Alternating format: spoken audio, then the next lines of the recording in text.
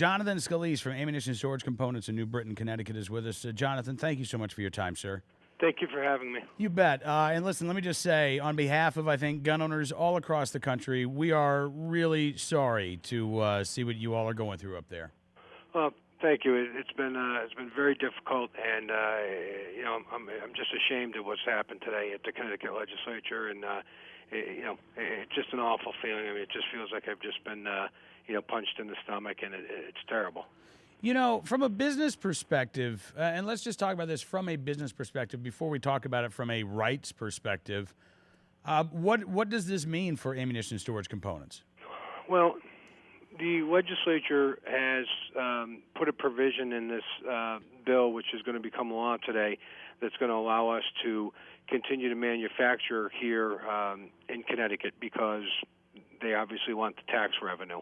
But they feel that these products are so dangerous that if they are sold here, the likes of the tragedy at Sandy Hook will happen again. So they're going to allow us to manufacture, and my concern is the damage to, from a business perspective, is the damage to my brand. I'm afraid that being from Connecticut, that we will be looked at in an unfavorable light because we're here, and that's really scary to me. Well, Jonathan, let me be honest with you.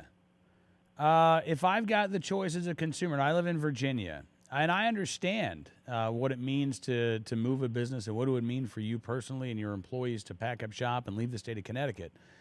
But explain to me as a consumer why I should continue to support firearms companies who stay in places that don't respect us as gun owners.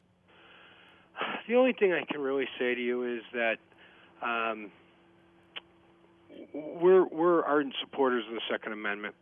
We're out there, and we've been fighting against this from day one.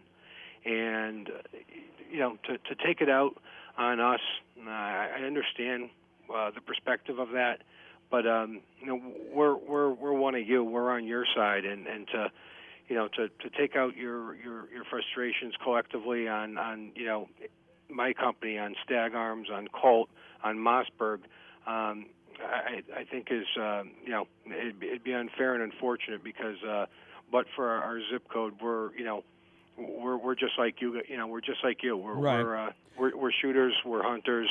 We're avid supporters of the Second Amendment, and we are evaluating the situation. So you've not ruled out the possibility of leaving the state of Connecticut? Absolutely not. We're evaluating the offers that we have on the table, and whatever we do, we want to do it thoughtfully and methodically. I mean, it's unlike the lawmakers in your state. Absolutely, exactly. We're gonna evaluate it and do it the right way. I mean, if we're looking at the ability to move, but there's more to it than that because to pick up and move, like I said, we can do, but we need the infrastructure. We need the support of heat treaters. We need the support of finishers. We need the support of stamping houses. If we continue if we just move our location and continue to use the manufacturing suppliers that we have in the Connecticut area, what have we really done as far as separating ourselves from Connecticut, number one, and number two, it's going to drive up our costs, which that are going to be passed along to the consumer, so that's not helpful to them either. Yep. No, so you're right. And this is something that I want consumers to understand, that when it's not a simple matter of telling companies, well, go leave. There are a lot of considerations that go into this. Right. And I know when we talked to Magpul, they said that it's going to be a huge undertaking for them to leave the state of Colorado. It wasn't something that they considered lightly. We've talked with the folks at Beretta. Maryland is considering similar gun legislation. Right. And again, it's a huge undertaking for companies. So I want consumers to understand that as well. But Jonathan, I think it's important though for the manufacturers to understand where the consumers are coming from. I don't think anybody would want to harm or punish or take out their frustrations on a company that would stay in Connecticut. But again, you talk about these lawmakers. They don't want your product to be sold in the state, but they want the tax revenue. And I think that's where I, as a consumer, would say, well, I don't want to give those lawmakers any tax revenue. Right. And unfortunately, you and manufacturers are the ones who are stuck in the middle. Right. You know, that's the crummy role that these lawmakers in Connecticut have stuck you all with. Well, that's absolutely it, and they they've to me it's been demonstrated that they don't really the agenda is more important than us and our jobs, and that says a lot because they went on an agenda. This thing never saw the light of day.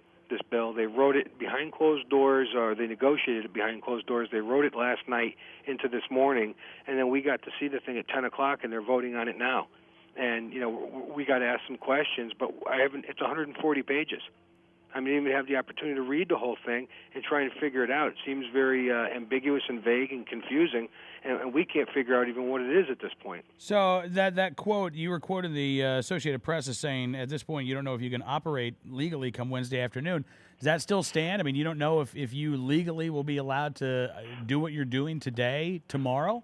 Well, based on my interpretation of the bill, as from what I saw this morning, they've made an exception for me as a manufacturer. However, that being said, it's not clear on how I ship my product out the door and if the person who takes it in transit is okay to do so. If I have pending sales in Connecticut and pending contracts in Connecticut that are fully executed except for delivery, if I can still make delivery on those, or if those contracts are voided.